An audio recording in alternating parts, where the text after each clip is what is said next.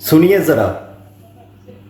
अरे डोभाल साहब को कुछ पता ही नहीं रहता कि दुनिया में चल क्या रहा है। वो अपने ऊपर फिल्म बनाने में बिजी रहते हैं। कोई इंटेलिजेंस नहीं, कोई विदेश नीति नहीं। क्या अब यही बाकी था या अभी और कुछ भी बाकी है अभय जी? अभी और भी कुछ होगा। ये बात केवल यहीं पे खत्म नहीं होगी। देखिए, अमेरिका ने तय कर लिया है कि उसे पाकिस्तान को एशिया प्रशांत सागर क्षेत्र में भारत के मुकाबले एक संतुलनकारी ताकत के रूप में स्थापित करना है। ये मैं विदेश नीति की भाषा में ही आपकी बात का जवाब दे रहा हूं। जो इंडो पैसिफिक एरिया है, इंडो पैसिफिक एरिया में भारत एक बड़ी ताकत के रूप में उभरना चाहता था। बहुत मुद्दतों से भारत के शासक जो भी रहे हों, भारत मनमोहन सिंह से पहले, नरेंद्र मोदी से पहले मनमोहन सिंह थे, उनसे पहले और भी शासक थे। सब लोगों की इच्छा ये रही है कि एशिया प्रशांत सागर में भारत एक बड़ी ताकत के रूप में उभरे। और दुनिया की जो स्थिति है, अभी से नहीं, द्वितीय विश्व युद्ध के बाद से लगातार, उसमें ये तकरीबन असंभव है कि बिना अमेरिका की मर्जी से कोई क्षेत्रीय स्तर की ताकत बन पाए। अगर आपको एक रीजनल फोर्स बनना है तो आपको कहीं ना कहीं अमेरिका का हाथ आपके ऊपर होना जरूरी है। अमेरिका क्यों पाकिस्तान को सुपर पावर बनाना चाहता है, ये सुनिएगा क्या कहते हैं। अमेरिका चूंकि पश्चिमी यूरोप की सुरक्षा की गारंटी देता था, तो अमेरिका के हाथ का मतलब है कि पश्चिमी यूरोप का हाथ भी आपकी पीठ पे। केवल चीन का प्रयास, एक जमाने में सोवियत संघ का प्रयास ऐसा था, वो विश्व शक्ति बना बिना अमेरिका की मर्जी के। अमेरिका की यानी कि आशीर्वाद होना ज़रूरी है। तो इसलिए आप देख रहे हैं कि पाकिस्तान की एक्टिविटीज़ जो अमेरिका के इर्द गिर्द, जो ट्रंप के इर्द गिर्द, वो काफ़ी ज़्यादा बढ़ गई हैं। अमेरिका से लड़के बना। और चीन का प्रयास, चीन इस स्थिति में है कि वो अमेरिका से जद्दोजहद करके, अमेरिका से प्रतियोगिता करके अपने आप को कायम किए हुए है। इसके अलावा दुनिया में ऐसा कोई उदाहरण नहीं है। यहां तक कि यूरोप भी, जब ट्रंप साहब नाखुश हो गए यूरोप से और यूरोप को उन्होंने, ट्रंप साहब ने धता बतानी शुरू कर दी, तो यूरोप भी थोड़ी बहुत फूफा शुरू में करने के बाद में अब अमेरिका के पीछे लाइन लगाकर खड़ा हुआ है। क्योंकि यूरोप जानता है कि वो सामरिक शक्ति अपनी अगर स्वतंत्र बनाना चाहता है तो उसे कम से कम 20 साल लगेंगे और ट्रिलियंस ऑफ डॉलर खर्च करने पड़ेंगे। यूरोप की समृद्धि का राज यही है कि उसे फौज पे नहीं पैसा खर्च करना पड़ता, अमेरिका उसके बिहाफ पे खर्च करता है। तो अब जब अमेरिका ने यह तय कर लिया है कि भारत को उभरने नहीं देना है, तो उसे बीच बीच में भारत को झटके देते ही रहना होगा। और वो झटके पाकिस्तान के जरिए ही दिए जाएंगे। पाकिस्तान जो है, पाकिस्तान के जरिए भारत को 220 वोल्ट के झटके हुए वो दिए जाएंगे, ये कहना है भारतीय सहाफ़ी का ना। वो अमेरिका कोई भूटान के जरिए थोड़ी ना भारत को प्रतिसंतुलित करेगा, या नेपाल के जरिए थोड़ी ना भारत को प्रतिसंतुलित करेगा, या श्रीलंका के जरिए नहीं भारत को प्रतिसंतुलित करेगा। क्योंकि चीन और अमेरिका की जो प्रतियोगिता है, उस प्रतियोगिता के केंद्र में भी पाकिस्तान है। और पाकिस्तान ने चूंकि एटमी हथियार प्राप्त कर लिए हैं, पाकिस्तान ने जैसे भी प्राप्त किए गए हो, किन परिस्थितियों में प्राप्त किए गए हो, हमें उनके बारे में पता है और हम आगे भी और इस पर चर्चा कर सकते हैं। लेकिन हकीकत यह है कि दुनिया का अकेला ऐसा इस्लामिक देश है जिसके पास परमाणु हथियार हैं। इसी यहाँ से इजाफा करता चलूँ कि पाकिस्तान ने अपने से बड़े देश को, अपने से तिगने देश को वो नाखून चने चबवा दिए थे।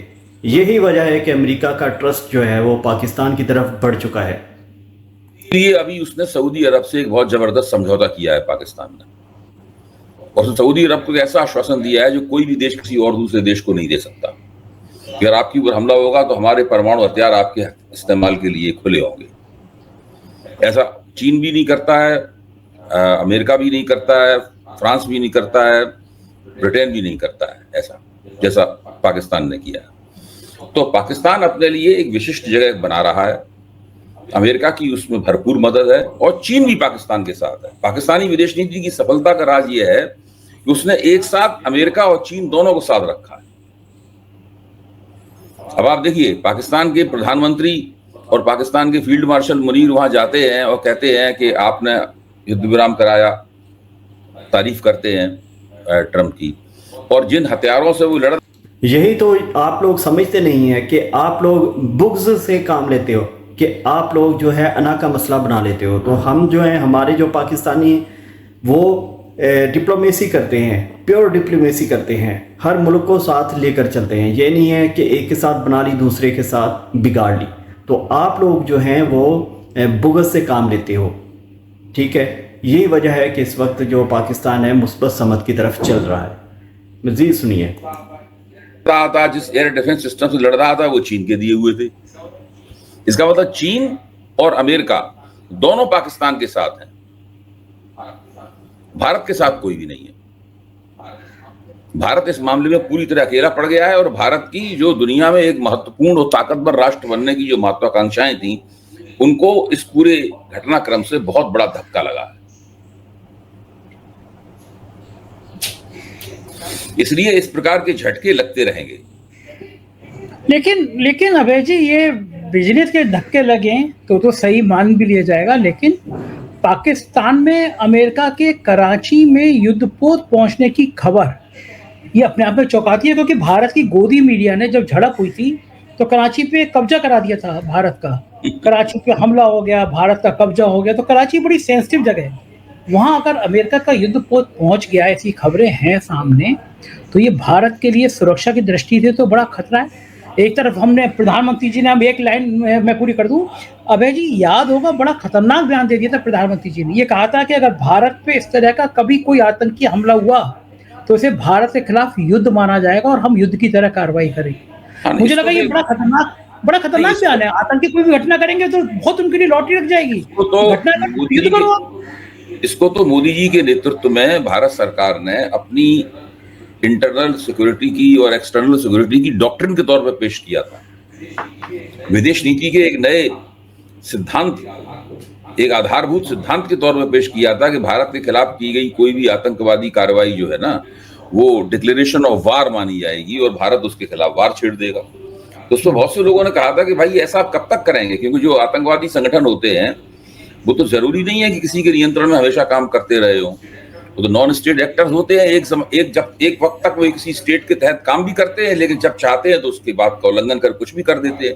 अगर भारत की तरफ किसी ने संगठन कर दिया तो क्या उस देश पे थोड़ा चढ़ दौड़ेंगे, पूरा तो ना कर लेंगे उससे। लेकिन मोदी जी तो किसी की सुनते नहीं है। और मोदी जी के जो सलाहकार मंडल है वो भी बड़ा अजीबोगरीब किस्म का है। दुनिया का सबसे अक्षम विदेश नीति का सलाहकार मंडल मोदी जी का है। विदेश नीति दुनिया के सबसे अक्षम विदेश नीति के मामले में प्रधानमंत्री हैं और एस जयशंकर दुनिया के सबसे अक्षम विदेश मंत्री हैं।